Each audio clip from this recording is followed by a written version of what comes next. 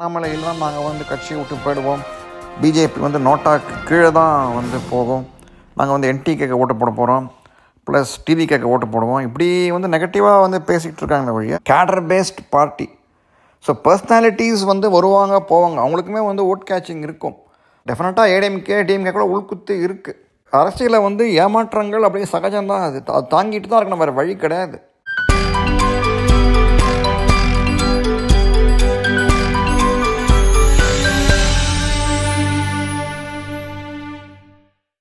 Hi friends, அனைவருக்கும் வணக்கம். Annamalai supporters கிட்டேருந்து பிஜேபி எதிர்பார்ப்பது என்ன, இன்ஃபேக்ட் அண்ணாமலை எதிர்பார்ப்பது என்ன அப்படிங்கிறதான் இந்த பதிவு. ஒன்ஸ் அகெயின் அனைவருக்கும் வணக்கம். இப்போ நியூஸ்லலாம் வந்து பார்த்துருப்பீங்க, முருகன் மாநாடு வந்து வெற்றிகரமாக நடந்திருக்கு. அண்ணாமலையை வந்து போய் கர்ஜித்திருக்கான்னு சொல்லலாம். நிறைய பேர் வந்து சும்மா இந்துக்களோட பொறுமை சோதிக்கிறாங்கன்றதை கரெக்டாக வந்து அவர் பாயிண்ட் அவுட் பண்ணியிருக்கார். அவர் சும்மா நம்ம கவனம் இருப்போம், பேசுவோம், பட் ரொம்ப வந்து வாழறதுக்கே வந்து ரொம்ப கஷ்டப்படுத்தினாங்கன்னா இன்னும் சீரை கொண்டு எழுவோம் அப்படின்னு சொல்லி க்ளீனாக சொல்லிட்டாரு. பட் அது ஒரு முக்கியமான விஷயம். பட் பொதுவாக நம்ம எல்லாம் நம்ம சேனல்லே நான் பார்க்குறோம், பதிவுலாம் பார்க்குறோம்னா அண்ணாமலையெல்லாம் நாங்கள் வந்து கட்சியை விட்டு போயிடுவோம், பிஜேபி வந்து நோட்டாக்கு கீழே தான் வந்து போகும், நாங்கள் வந்து என்டிகேக்கு ஓட்டு போட போகிறோம், ப்ளஸ் டிவிகேக்கு ஓட்டு போடுவோம். இப்படி வந்து நெகட்டிவாக வந்து பேசிகிட்டு இருக்காங்க வழியை. யாருமே வந்து ஒரு பாசிட்டிவான அணுகுமுறை இல்லை அப்படிங்கிறது தான் தோணுது. ஏன்னா வந்து பிஜேபி எதிர்பார்க்குறது என்னன்னு பார்த்தோம்னா, தொண்டர்கள்கிட்டேருந்து கட்சிக்கு விசுவாசமாக இருக்கணும், ப்ளஸ் பிஜேபி கட்சியே வந்து ஒரு ஆளை நம்பி கிடையாது அப்படிங்கிறது தான் அவங்க கட்சியை முதலேருந்தே இருக்குது. கேடர் பேஸ்ட் பார்ட்டி. ஸோ பர்சனாலிட்டிஸ் வந்து வருவாங்க போவாங்க, அவங்களுக்குமே வந்து ஓட் கேட்சிங் இருக்கும். பட் அவங்களுக்குமே வந்து ஒரு ஃபைனைட் டைம் தான் கொடுக்குறாங்க. அவங்க நிரந்தரமான தலைவர் மாதிரி நம்ம இது மாதிரி டிஎம்கே மாதிரி நிரந்தரமான தலைவர் அப்படின்னு சொல்லிட்டு யாருக்குமே வந்து கிடையாது. மோடிக்கே வந்து ஒரு என் கார்டு போடுறதுக்கு ட்ரை பண்ணுவாங்க பிஜேபிக்குள்ளே, என்ன தான் வந்து சப்போர்ட்டர்ஸ் வந்தால் கூட. ஏன்னா ஆர்எஸ்எஸை பொறுத்தவரை வந்து யாருமே வந்து இது கிடையாது, கட்சி தான் முக்கியம், வந்து பர்சனாலிட்டிஸ் மாத்திரம் முக்கியம் கிடையாது அப்படிங்கிறதுல அவங்க தெளிவாக இருக்காங்க. இதில் வந்து இன்னொன்று பார்த்தோம்னா, பிஜேபி ஏடிஎம்கே கூட்டணி வந்து உருவாக்கினது வந்து அமித்ஷா. அவருமே வந்து பார்த்தோம்னா ஆர்எஸ்எஸ் பேக்ரவுண்ட்லேருந்து வந்திருக்கார் அவர். ஸோ அவருக்கு தான் வந்து ஸ்டேக்ஸ் வந்து ஜாஸ்தி. இந்த கூட்டணியை ஜெயிக்கிறதுல வந்து பார்த்தோம்னா அண்ணாமலை, பிஜேபி, ஆர்எஸ்எஸ் எல்லாரையுமே விட பார்த்தோம்னா அமித்ஷாவுக்கு தான் பெரிய சவால். இது திமுக வந்து ஆட்சியை விட்டு அகற்ற வேண்டும் அப்படிங்கிறதுல வந்து அமித்ஷாவுக்கு தான் வந்து பெரிய ஸ்டேக்ஸ் நிறையா இருக்குது. சப்போஸ் அவர் தோல்வி அடைஞ்சிட்டாருன்னா அது பெரிய தோல்வி தான், அவருக்கு சந்தேகமே கிடையாது. அதனால தான் வந்து எவ்ரி மந்த் வரப்போகிறேன்னு சொல்லியிருக்கார். ஸோ தொண்டர்கள்லாம் வந்து பார்த்தோம்னா, அண்ணாமலை சப்போர்ட்டர்ஸ்லாம் வந்து பார்த்தோம்னா அவங்க முக்கியமான தேவை வந்து பொறுமை. அரசியலை பொறுத்தவரை பொறுமைங்கிறது ரொம்ப ரொம்ப முக்கியம். ஏன்னா வந்து கடுமையாக வந்து உழைப்பாங்க, திடீர்னு லாஸ்ட் மினிட்ல யாராவது ஒருத்தர் வந்துட்டு அவங்களுக்கு வந்து சீட்டை கொடுத்துட்டு போயிடுவாங்க. சிம்பிள் எக்ஸாம்பிள் குஷ்புவே எடுத்துங்க. நம்ம குஷ்பு வந்து she came from DMK to BJP. பார்த்தீங்கன்னா லாஸ்ட் எலெக்ஷனில் பார்த்தீங்கன்னா சேப்பாக்கம் தொகுதிக்கு வந்து கலெக்ட் பண்ணி ஆட்டி கொண்டிருந்தாங்க. அப்போ வந்து பார்த்தா உள்ளடி வேலை நடந்திருக்கு. அப்போ டெஃபினட்டாக உதயநிதி வந்து தான் ஜெயிக்கணும் அப்படிங்கிறதுக்காக நைஸாக வந்து புஷ்பை வந்து இந்த பக்கம் ஆயிரம் விளக்கு வந்து அனுப்பி விட்டார். அங்கே வந்து பெரிய டஃப் கண்டெஸ்ட்டு குஷ்புக்கு. ஆனால் சேப்பாக்கத்தை கணிசமான அளவு வந்து இஸ்லாமியர் ஓட்டு இருக்கிறதுனால குஷ்புக்கு போட்டுருவாங்க அப்படிங்கிற பயத்தில் நம்ம இவர் சேகோரா வந்து இந்த வேலையை பண்ணியிருக்கார். ஸோ டெஃபினட்டாக ஏடிஎம்கே டிஎம்கே கூட உள்குத்து இருக்குது. ஸோ கடைசி நிமிஷத்தில் வந்து குஷ்புக்கு வந்து ஏமாற்றம் தான் அது, சேப்பாக்கத்துலேருந்து 1000 விளக்குக்கு வந்து மாற்றினது. ஸோ அந்த மாதிரி வந்து அரசியலில் வந்து ஏமாற்றங்கள் அப்படியே சகஜம்தான். அது தாங்கிட்டு தான் இருக்கணும், வேறு வழி கிடையாது. அதையும் வந்து தாண்டி கடந்து போக தயாராக இருக்கணும். இல்லாட்டி வந்து நான் ஒரு இதிலே வந்து போயிட்டோம்னா அவ்வளோதான், வந்து நம்மளோட இதுவே வந்து போயிடும். ஏன்னா இப்போ சோஷியல் மீடியா வந்ததுனால பார்த்தோம்னா மக்களை வந்து இதெல்லாம் யூஸ் பண்ணிட்டு இருக்கதான். என்ன அதோட பாசிட்டிவிட்டியை பார்த்தோம்னா வந்து கனெக்டிவிட்டி இருக்குது, மக்களுக்கு வந்து அப்டேட் பண்ண முடியுது ஈஸியாக. பட் நெகட்டிவிட்டி என்னன்னு பார்த்தா சோஷியல் மீடியாவில் வந்து நீங்கள் பார்த்தீங்கன்னா, இப்போ வந்து ஒரு போஸ்ட் ஒன்று போடுறோம், உடனே நம்ம பார்க்குறோம் எவ்வளோ லைக்ஸ் வந்துருக்கு, எவ்வளோ கமெண்ட்ஸ் போட்டிருக்காங்க, எவ்வளோ வியூஸ் வந்து இப்படி பார்த்துக்கிட்டே இருக்கும். ஸோ நமக்கு உடனுக்குடன் நமக்கு வந்து மைண்டு வந்து வேலை செஞ்சுக்கிட்டு இருக்குது.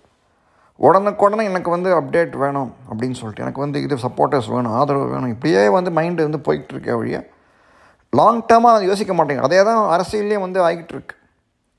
ஸோ அரசியலில் வந்து டெஃபினட்டாக தேவை வந்து பொறுமை பொறுமை பொறுமை. அது இல்லைனா வந்து டெஃபினட்டாக அரசியலுக்கு வந்து இதுவே கிடையாது. கருணாநிதியே எடுத்துங்க, 15 இயர்ஸ் வந்து 14 இயர்ஸ் பதவியில் இருந்தால் வந்து கருணாநிதி 1975 1989 வரைக்கும் டெஃபினட்டாக எந்த கட்சியுமே இருந்திருக்காது கருணாநிதி கட்சியை தவிர. ஏதாவது ஒரு போராட்டம் கிராட்டம் அனௌன்ஸ் பண்ணிட்டு அப்படியே கட்சி எம்ஜிஆருக்கு எதிராக அரசு எம்ஜிஆர் நிம்மதியாக அவன் தூங்க விடல கருணாநிதி. அந்த மாதிரி பிஜேபி வந்து எதான ஒரு அறப்போராட்டம் எடுத்துக்கணும், ஆர்கனைஸ் பண்ணணும். டிஎம்கே கம்ஃபர்ட் ஜோனே விடக்கூடாது. இப்போ வந்து என்ன பார்த்துக்கிட்டு இருக்கோம்னா வந்து ஏடிஎம்கேவோட பர்மிஷன் கேட்குற மாதிரி இருக்குது இவங்க பண்ணுறதெல்லாம் பார்த்தோம்னா. அட்லீஸ்ட் லோக்கல் லெவலில் வந்து திரட்டி இவங்க வந்து ஒரு சின்ன மக்களுக்கு வந்து இது பண்ணணும், சப்போர்ட் பண்ணலாம். மக்களுக்கு வந்து அன்றாட தேவை நிறையா இருக்குது. ஏன்னா மக்களை பொறுத்தவரை வந்து அன்றாட பிரச்சனைகள் வந்து ஜாஸ்தி இருக்குது. அவங்களுக்கு தண்ணி வரல, அது வரல, இது வரல, ஏதான ஒரு some issue or the other is there. சரி, டிஎம்கே பொறுத்தவரை நம்ம 1000 ரூபா கொடுத்துட்டோம், அதை வச்சே ஓட்டு வாங்கிடலான்ற நம்பிக்கை மமதையில் இருக்காங்க டிஎம்கே. டெஃபினட்டாக அது மாத்திரம் பத்தாது அவங்களுக்கு. அவங்க வந்து டிஎம்கே ஏடிஎம்கே கூட்டணியே வந்து கொஞ்சம் பயம்தான் டிஎம்கேக்கு. ஏன்னா ஓட்டு குறையுமோ, தன்னோட இது வந்து சீட்ஸ் குறையுமோன்ற பயம் அவங்களுக்கு இருக்குது. ஸோ அதை வந்து டெஃபினட்டாக பிஜேபி தொண்டர்கள்லாம் வந்து பெருசுப்படுத்தணும். அதை அவங்களே வந்து லோக்கலில் வந்து உழைக்கணும், ப்ளஸ் பூத் லெவலில் வந்து ஆர்கனைஸ் பண்ணணும். முன்னே சொல்லியிருந்தோம் நம்ம அந்த போன லாஸ்ட் 2 months பேக் போட்ட போஸ்ட்லேயுமே. ஸோ டெஃபினட்டாக வந்து கட்சி எதிர்பார்க்கறது வந்து பொறுமை தான். இன்னொரு எக்ஸாம்பிள் சொல்லணும்னா, இப்போ நம்ம தேவேந்திர ஃபட்னவிஸ் மகாராஷ்டிரா சீஃப் மினிஸ்டர் இப்போ இருக்கிறவர், லாஸ்ட் டைம் நீங்கள் வந்து பார்த்தோம்னா வந்து சிவசேனா வந்து துரோகம் பண்ணி இது பண்ணிட்டாங்க. தி ஜாயின் வித் என்சிபி பார்த்தீங்கன்னா 5 years பேக்கு. அதுக்கப்புறமா திரும்பி வந்து அந்த கட்சியை உடைச்சி ஷிந்தே வந்து வெளில கொண்டாந்தாங்க 2023 நினைக்கிறேன். ஸோ பார்த்தோன்னா ஷிந்தே வந்து இவர் சீஃப் மினிஸ்டர் ஆக்க போகிறோன்னு சொல்லிட்டாரு இவர் அமித்ஷா. அது பெரிய வந்து ஒரு அது பார்த்தோம்னா வந்து கரெக்டாக அந்த உத்தவ் டாக்கரே சொல்கிறாரு, முதலே சொன்னால் நானே வந்து இருந்திருப்பேனே அப்படின்னார் அவரோட பேராசை. ஸோ கரெக்டாக இப்போ ஃபட்னாவிஸ் வந்து பேட்டி கொடுத்தாரு, நான் ஷிந்தே வந்து சீஃப் மினிஸ்டர், நான் வந்து ஒன்றும் பதவியில் இருக்க மாட்டேன்னு சொல்லிட்டார் அவர். அப்புறம் திடீர்னு வந்து மேலத்துலேருந்து கமாண்ட் வந்து திரும்பி நான் வந்து டெப்டி சீஃப் மினிஸ்டராக பதவி ஏற்றுக்கொண்டார் அவர். ஸோ எங்கே போச்சு எல்லாம் யாருமே வந்து எனக்கு எல்லாம் கேலி பண்ணியிருப்பாங்க அவரை, நீ சீஃப் மினிஸ்டராக வந்து இருந்தியே இப்போ டெப்டி சீஃப் மினிஸ்டராக இருக்கேன்றது ஒரு கேவலமான வச்சுக்கலாம் வேணாம். பட் அரசியலில் வந்து எல்லாம் எதுவுமே கேவலம் கிடையாது. நிறைய பேரை பார்த்துருக்கோம், சாக்கடை தள்ளி விடுவாங்க, இடிப்பாங்க, போட்டு எல்லாத்தையும் மண்டை கண்ணில் புரண்டு தான் வரணும் அரசியலுக்கு. ஸோ அரசியலில் வந்து சும்மா திடீர்னு எல்லாம் உதயநிதி கனிமொழி மாதிரி கிடையாது. பங்களாலேருந்து அரசியல் பண்ண முடியாது யாருமே. அதனால் அந்த மாதிரி பண்ணி வரலாம், but how long will they சர்வைவ்ன்றது தான் கொஸ்டின். இப்போதைக்கு வந்து பார்த்தோம்னா இப்போ கனிமொழியே வந்து பார்த்தோன்னா போன வருஷம் வெள்ளத்தும் போது வந்து களத்தில் இருந்தாங்க அவங்க. அப்போது அதனால தான் திரும்பி எம்பி ஆக முடிஞ்சுது கனிமொழியால். ஸோ அவங்களுக்குமே சவால்கள்லாம் இருந்தது. நம்ம சேகுவாரா வந்து எப்படியே பணத்தை கொடுத்து இது பண்ணிடலான்னு இருக்கார் அவர். பட் எவ்வளோ நாள் வந்து அவர் இது பண்ண முடியுமோன்னு தெரியாது, செல்வாக்கு இருக்குமோன்னு தெரியாது நமக்கு. அதனால் இங்கெல்லாம் வந்து சும்மா வந்து எல்லாருமே, ஏன்னா இவர் உதயநிதி வரதுக்கு காரணம் நீங்கள் வந்து பார்த்தோம்னா அந்த காலத்து கருணாநிதி பண்ணிட்டு போன தியாகங்கள் தான். தியாகம் சொல்ல மாட்டேன், குடும்பத்துக்காக உழைச்சது தான், கடுமையாக உழைச்சது தான் கருணாநிதி. ஏன்னா அந்த போட்ட உழைப்பு தான் இன்னும் கொஞ்சம் வந்திருக்கு, இவ்வளோ தடவை வந்திருக்கு. திரும்பி இன்னும் வரணும், இவங்க இன்னும் உழைப்பு போடணும். அதை வந்து இவங்க தயாராக கிடையாது. ஏன்னா பணத்தை கொடுத்து எல்லாம் அரசியலுக்கு வந்துடலான்னு பார்த்துக்கிட்டு இருக்காங்க மற்ற டிஎம்கே தலைவர்கள்லாம். ஸோ திரும்ப நம்ம சொல்கிறது என்னென்னா, தொண்டர்கள்கிட்டேருந்து அண்ணாமலை எதிர்பார்க்குறதும் சரி, பிஜேபியே வந்து எதிர்பார்க்குறதும் சரி, அவங்க சப்போர்ட்டர்ஸ்கிட்டேருந்து அண்ணாமலை சப்போர்ட்டர்ஸ்கிட்டேருந்து பொறுமை ப்ளஸ் மக்கள் பிரச்சனைக்காக வந்து போராடணும். அப்படின்னா தான் வந்து கட்சி வளரும், மேலே இது பண்ணணும். ஏன்னா அண்ணாமலைக்குமே வந்து பார்த்தோம்னா 2 term தான் இருக்கும் அவருக்குமே. இப்போ திரும்பி இருந்தால் கூட இன்னும் மேக்ஸிமம் 3 more years தான் அவர் தலைவராக இருக்க முடியும் அவர். அப்புறம் பதவி வேலைக்கு தான் ஆகணும் அண்ணாமலை. அதனால் வந்து உங்களுக்கு தேவையை வந்து பொறுமை, அதை வந்து மறக்கக்கூடாதுன்னு நம்மளோட இதுவாக இருக்குது, வேண்டுகோளாக இருக்குது. இந்த பதிவு பிடிச்சதுனா லைக் பண்ணுங்கள், ஷேர் பண்ணுங்கள், சப்ஸ்கிரைப் பண்ணுங்கள். ஜெயஹிந்த். ஹாய் ஃப்ரெண்ட்ஸ், அனைவருக்கும் வணக்கம். இந்த வார ஜியோபாலிட்டிக்ஸ் அப்டேட்டில் வழக்கம் போல் நம்ம திரும்பி ஈரான் இஸ்ரேலில் கான்ஃப்ளிக்ட் பார்க்க போகிறோம். ஸோ மெயினாக வந்து இஸ்ரேலில் வந்து இத்தனை நாளாக வந்து கவனிச்சிங்கன்னா அவங்களோட ஏமே வந்து என்னென்னா, எந்த ஒரு இஸ்லாமிய நாட்டுக்கிட்டையும் வந்து ஒரு நியூக்ளியர் வெப்பன் இருக்கக்கூடாது. வச்சுக்கிட்டு இருந்தாங்கன்னா வந்து டெஃபினட்டாக அது வந்து இஸ்லாமிக் பாம் அப்படின்னு வச்சு இஸ்ரேலுக்கு வந்து அச்சுறுத்தல் தோன்ற அவங்களுக்கு மெயினாக அவங்களோட கருத்தாகவே இருக்குது. அவங்களோட வந்து இதான் இஸ்ரேலை பொறுத்தவரை அவங்களுக்கு வந்து ஒரு பொதுவாக வந்து வாழ்வா சாவா அப்படிங்கிறது தான் எப்போவுமே அவங்களோட இதுவாகவே இருந்திருக்கு. ஏன்னா எப்போ 1948 வந்து இண்டிபெண்டன்ஸ் வாங்கினாங்களோ அப்போத்துலேருந்தே பார்த்தோம்னா எப்போவுமே சுற்றிலும் வந்து பார்த்தோம்னா எனிமி அரப் கண்ட்ரிஸ் சண்டை போட்டு தான் மேலே வந்தாங்க. திரும்பி பார்த்தோம்னா அவங்கக்கிட்டமே நியூக்ளியர் வெப்பன்ஸ்லாம் இருக்குது. பட் இருந்தாலும் மற்ற கண்ட்ரி கிட்ட இருந்ததுன்னா வந்து பேராபத்துன்னு தான் அவங்க எப்பவுமே கருதுறாங்க. ஸோ இப்போ ஈரானோட கான்ஃப்ளிக்ட் வந்து போயிட்டுருக்கு. அப்போ இன்னொன்று எல்லாரும் எனக்கு கேள்வி என்ன வரும்னா, ஏன் வந்து பாகிஸ்தான் கிட்ட ஏன் பாம் ஏன் விட்டு வச்சாங்க அப்படிங்கிறது தான். இது வந்து நல்ல கேள்வி தான் இது. 1978 இந்த கேள்வி வந்து இஸ்ரேலுக்கு வந்தது. அப்போ என்ன ஆச்சுன்னா வந்து இந்திரா காந்தி வந்து 1974 வந்து போக்ரானில் நியூக்ளியர் பாம்பை வச்சாங்க. அது வெடித்த உடனே பார்த்தா எல்லா கண்ட்ரீஸுமே வந்து பயந்து போயிட்டாங்க. ஏன்னா அப்போ வந்து தாராப்பூர் மகாராஷ்டிராவில் இருந்தது, ப்ளஸ் வந்து ராஜஸ்தான் நியூக்ளியர் இது இருக்குது, ரியாக்டர் இருக்குது. ஸோ அங்கே எல்லாமே இதில் எல்லாமே பார்த்தோம்னா வந்து ஃபாரின் கொலாபரேஷன் தான் வந்து செயல்பட்டு இருந்தது. ஸோ இந்தியா வந்து நியூக்ளியர் பாம்பை வெடித்த உடனே எல்லா கண்ட்ரீஸும் வந்து பயந்து போய் திரும்பி இதை வாபஸ் வாங்கிட்டாங்க. இந்தியாவுக்கு வந்து ப்ரெஷர் வந்தது, என்பிடி சைன் பண்ணணும், சிடிபிடி சைன் பண்ணணும் அப்படின்ட்டு. ஸோ இப்போ இந்தியா வந்து பாம்பு வச்சோடனே பாகிஸ்தானுக்கு உடனே பயம் வந்துடுச்சு. அப்போ 1970s அவங்க பொறுத்தவரை எப்பவுமே வந்து இந்தியா வந்து இனிமையாக தான் கருதுறாங்க. அவங்களோட நோக்கமே வந்து இந்தியாவை அழிக்கிறதானே ஒழிய தாங்க நல்லா இருக்கணுங்கிற ஏமே கிடையாது. ஆனால் இதை கவனித்து பார்த்தோம்னா இந்த எல்லா இஸ்லாமிய நாடுகளுமே பார்த்தீங்கன்னா வந்து மற்ற கண்ட்ரீஸை வந்து அழிக்கிறதுலாம் இருக்காங்களே, தாங்க நல்லா இருக்கணுங்கிற ஏம் இருக்கிற மாதிரியே தெரியல. ஸோ திரும்பி வருவோம், இந்த பாகிஸ்தான் விஷயத்துக்கே வருவோம். ஸோ அவங்க வந்து நியூக்ளியர் வச்சு கஹூட்டாவில் வந்து ஆரம்பித்தாங்க நியூக்ளியர் ரியாக்டர் வைக்கணும் அப்படின்னு சொல்லிட்டு. ஸோ அந்த கஹூட்டா ரியாக்டர் வந்து வந்த போது பார்த்தோம்னா வந்து அப்போ இந்திரா காந்தி பவர்லேருந்து போயிட்டாங்க. இந்திரா காந்தி கிட்ட என்னமே பெரிய ஒரு வருத்தம் என்னன்னா பார்த்தோம்னா அவங்க ஆரம்பிச்சு எல்லா பிரச்சனையுமே வந்து அவங்க தீர்க்காம போயிட்டாங்க. ஸ்ரீலங்கன் ப்ராப்ளமும் பார்த்தோம்னா அவங்க துவைக்கிறது அவங்க தான்.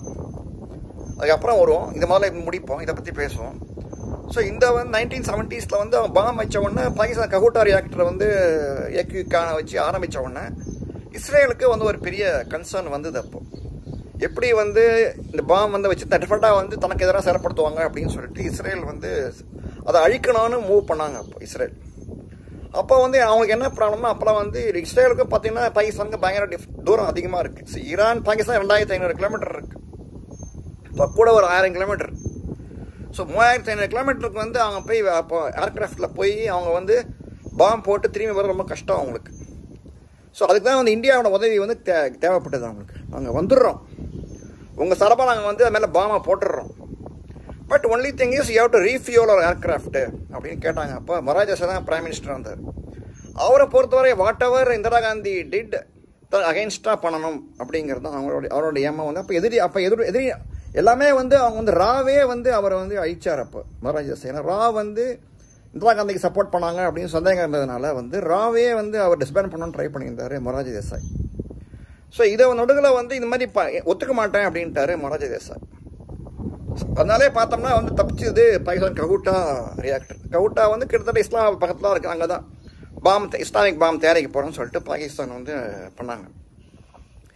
ஏன் வந்து அப்புறமா வந்து இஸ்ரேலை செயல்படுத்தலை அப்படின்னு பார்த்தோம்னா வந்து அமெரிக்காவோட அஷூரன்ஸ் வந்து கிடச்சிது அவங்களுக்கு. இப்பவும் பார்த்தோம்னா வந்து பாகிஸ்தான் கிட்ட பாம் இருக்கே ஒழிய அது ஃபுல் கண்ட்ரோல் எல்லாமே அமெரிக்கா கிட்ட தான் இருக்குது. கவனிச்சிங்கன்னா வந்து ஏன் திடீர்னு சிந்தூர் 1 வந்து திடீர்னு நின்று போச்சு பார்த்தோம்னா வந்து இந்தியா வந்து தெரியாமல வந்து போய் அந்த இதில் போய் கரீனா ஹில்ஸில் போய் அடிச்சிட்டாங்க போய் பாம்பை. இப்போலாம் நூர்கான் ஏர்பேஸையும் வந்து அடிச்சிட்டாங்க. எல்லாத்தையும் அண்டர் கிரவுண்டில் வந்து தே கெப்ட் நியூக்ளியர் வெப்பன்ஸ் பாகிஸ்தான். அதுதான் வந்து அமெரிக்காவுக்கு வந்து பயம் வந்துச்சு. ஏன்னா அது இன்னொரு ஒரு சேனலில் பார்த்தோம் சொன்னாங்கன்னா வந்து இந்த எல்லா இந்தியாவுக்கும் சில Pakistan both of them every year they have to exchange letters.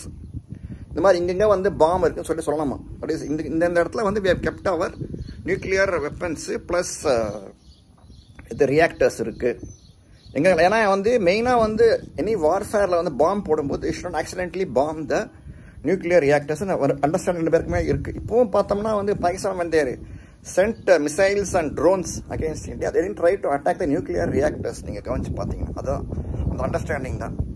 அப்போ சீக்கிரட்டாக வச்சுருக்காங்க பாகிஸ்தான். இப்போ நிரூபணம் ஆயிடுச்சு, திருடனுக்கு தேள் கொட்டின கதையாயிடுச்சு பாகிஸ்தானுக்கு.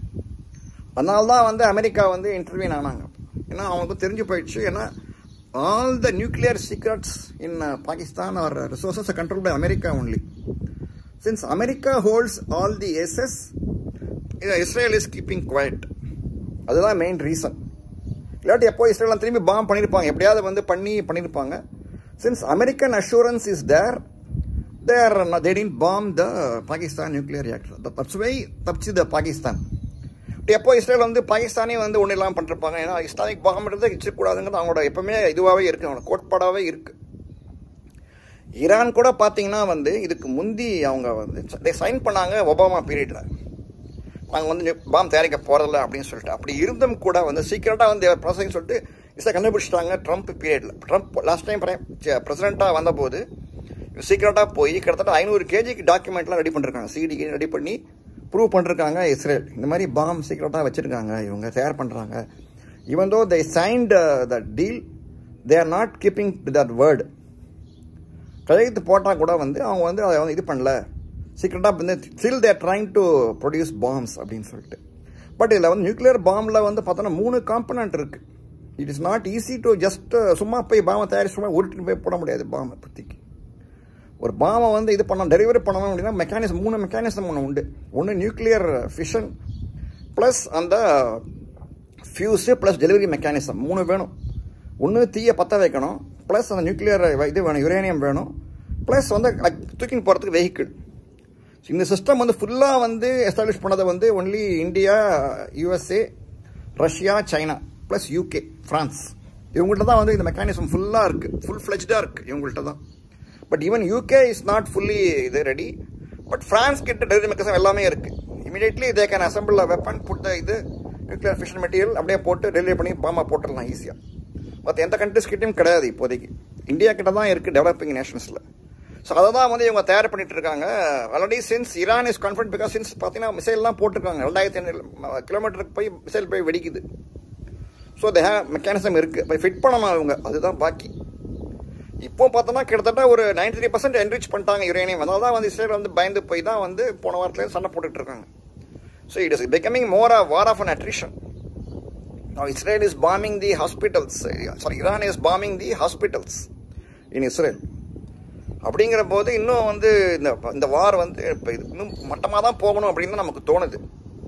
ஸோ மெயினாக பாகிஸ்தானை பாம் பண்ணாததுக்கு காரணம் இஸ்ரேல் வந்து இதான் ரீசன். அமெரிக்கன் அஷூரன்ஸ் இருக்குது அண்டர்லைனில்.